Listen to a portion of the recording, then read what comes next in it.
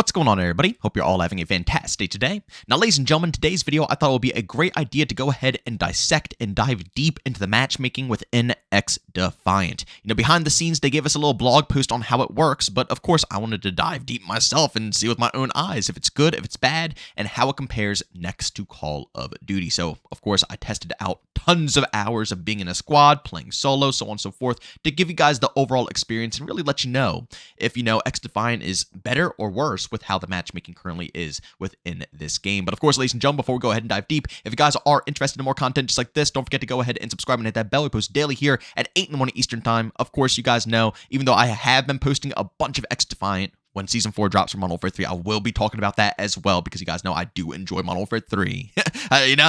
For some reason, people have a really, bad taste in their mouth whenever they hear someone enjoying both the games at the same time. But trust me, it can be done. So, of course, like I said, if you're interested in any of that type of content, subscribe and hit that bell.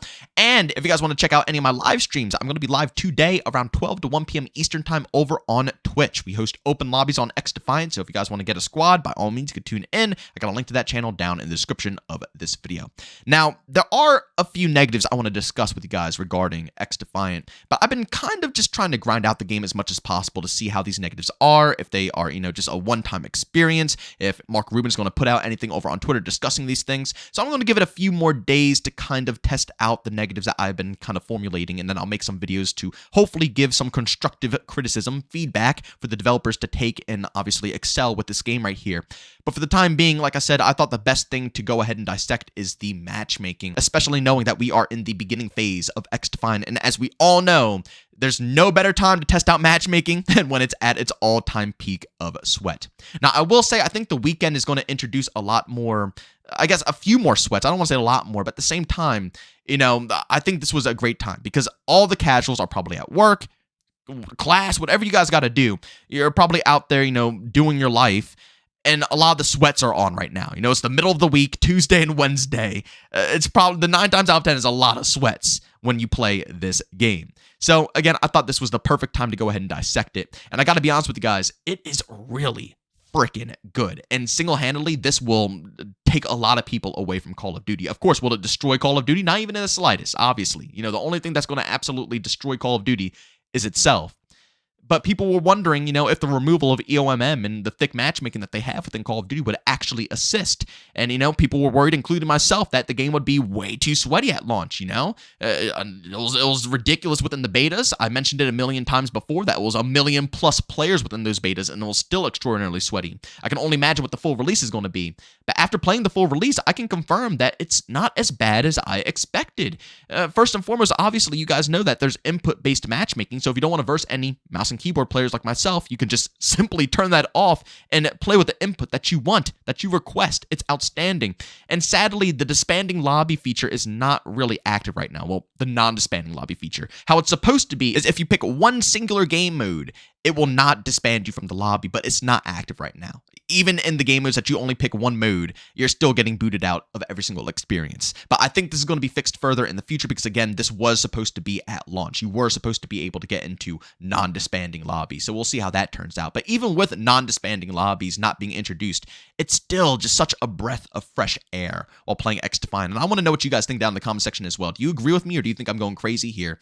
But it really was. It's pretty similar to Call of Duty. I'll be real, where you do get a handful of, pretty sweaty games or a handful of casual games here and there, but it just doesn't feel manipulated. Within Call of Duty, it hyper-focuses your skill level. It hyper-focuses how you play the game.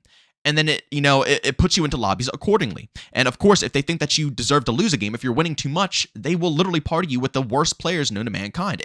You guys know me. I say it all the time on this channel. And people always say, oh, you just want to pub stomp a bunch of noobs. But that's not the case. I could care less. I actually don't want to pub stomp a bunch of noobs. I'm not like those type of people. I enjoy competition. It's just I want it to be fair. If you're hopping into a casual, lobby, I don't want to be playing solo and then have, the matchmaking say, oh, he's winning too much. Let me just cram every horrible player known to mankind that is not in his bracket whatsoever on his team and make him carry and see if he can actually pull through that. It feels manipulated. It feels disgusting. Whereas in here, it is phenomenal. Again, they prioritize a few things and that's it. Skill is not really one of them. It just simply isn't. They prioritize ping, They prioritize, the connection, all that good stuff. They prioritize your input. And of course, they prioritize your party size. And that right there is where this matchmaking is a huge difference from Modern Warfare 3 and every other Call of Duty game I could possibly think of. Well, current day Call of Duty games, not the OG, because the matchmaking wasn't this turn up, but Modern Warfare 2019 up to current date, yeah. This is a huge difference, being able to have the matchmaking determine if you are playing solo or if you're playing with a squad. This right here, to me personally, was once again the biggest factor, and this was the game changer because of the fact that when I played solo, I was not in those situations anymore that I was previously in while playing Call of Duty. Once again, I don't want to verse noobs 24/7. I want to mix. I don't mind pub stomping, but at the same time, I need some competition to keep things fresh, interesting, and engaging. Pub stomping people who aren't in your bracket 24/7 is just simply boring, and you don't feel any just satisfaction out of something like that. But when you play solo and it's intentionally trying to make you lose by squatting you up with people who are not in your bracket, and at the same time partying you up against a full 6-man party, it just does not work well. It's a disaster. And again, solo play is destroyed when it comes to Call of Duty. Whereas in Xdefiant, it's the complete opposite. You hop into solo matchmaking, and it does exactly that. It tries to find as many solo players playing the game at its current moment. And I've noticed this, especially how the people are playing on the enemy team. It's a night and day difference. When you run with a 6-man party compared to running solo, the enemies that you go against are clearly not in a squad. They don't communicate as much. They're not, basically, hugging each other all the time, trying to stack their health. They're not really pushing as a unit completely. Everybody's just kind of running around doing their own things as solos typically do. And again, that is what we are looking for. That is exactly what we're looking for. A solo player doesn't want to go up against a full 6-stack every single game that they play. It's just not going to work. No solo player in the world could potentially win a game like that. I'm going to be real. Even the best of the best players, I shouldn't say that, because some of the top pro players could probably really mow down a 6-stack. But realistically, if you're versing a good 6-stack and you're playing alone and you have 5 other people who aren't in your bracket on your team, you're getting destroyed. Even if you don't get destroyed, your teammates are going to get destroyed. The enemies are going to literally farm them, get a bunch of streaks, and then those streaks are going to start ruining your day as well. It's never a win situation for you. It's always a lose-lose scenario when hopping into solo playlists or solo categories while playing Call of Duty. It's always a lose-lose situation. Whereas in Xdefiant, like I said, it's the opposite. Not only does it hyper-focus on trying to find all solo players in your lobby for your team and the enemy team, but it actually gives you people that are in your bracket on your team. This right here, bro, I can't.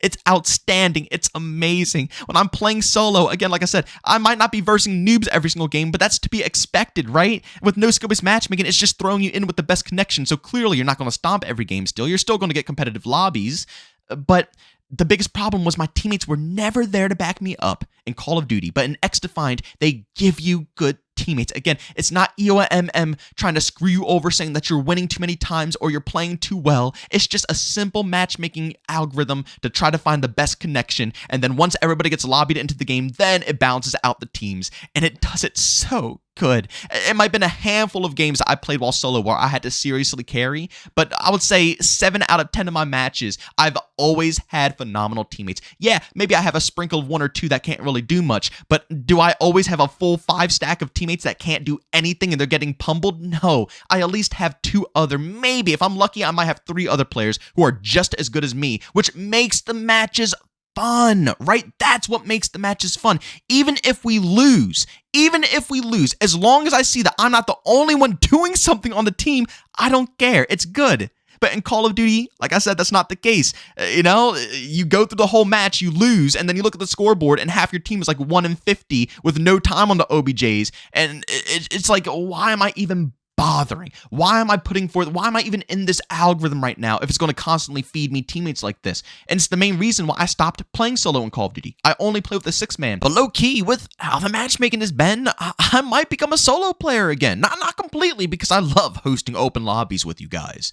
But I'm being so serious, Solo matchmaking feels really crispy right now. Again, it doesn't hyper-focus your skill. It throws you in with whoever has the best connection, and then, it hyper-focuses on getting you solo players as well, and then it tries to average out those players in the lobby once you hop in. It's kind of like the mercenary mosh pit from, Call of Duty back in the days. I don't know why they don't have that still anymore. It's kind of sad, because that was literally the ultimate solo player, playlist right there, because you couldn't have any parties.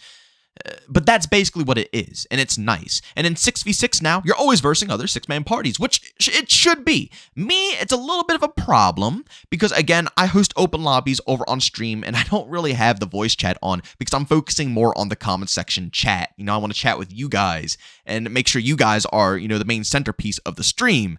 So I don't really communicate with anybody that's in my squad. So it's kind of like we're all playing solo, but we're in, a 6-man party anyway, so we're a bunch of solo players playing in a 6-man. But the matchmaking doesn't know that, right? The matchmaking sees a full 6-man party, and it's like, okay, we need to find other full 6-man parties. So while I'm on stream playing, it's pretty rough because, nobody's communicating. We're just doing our own thing, trying to playing the OBJ as well, but we're not calling out or anything like that. And more than likely, we're versing full 6-man parties. And again, I could tell just by simply the way that they're playing together, rotating together, playing each other's health, stacking, so on and so forth. They're playing as a group, and there's nothing wrong with that, right?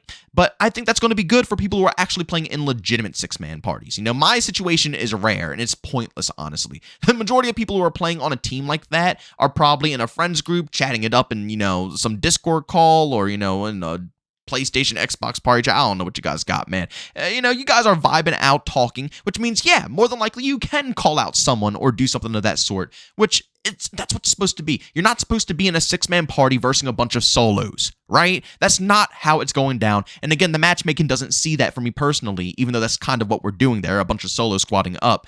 But at the end of the day, that's fair. That's completely fair, and that's how the matchmaking should be handled. It's how it should be freaking handled. They did it so well in Xdefiant.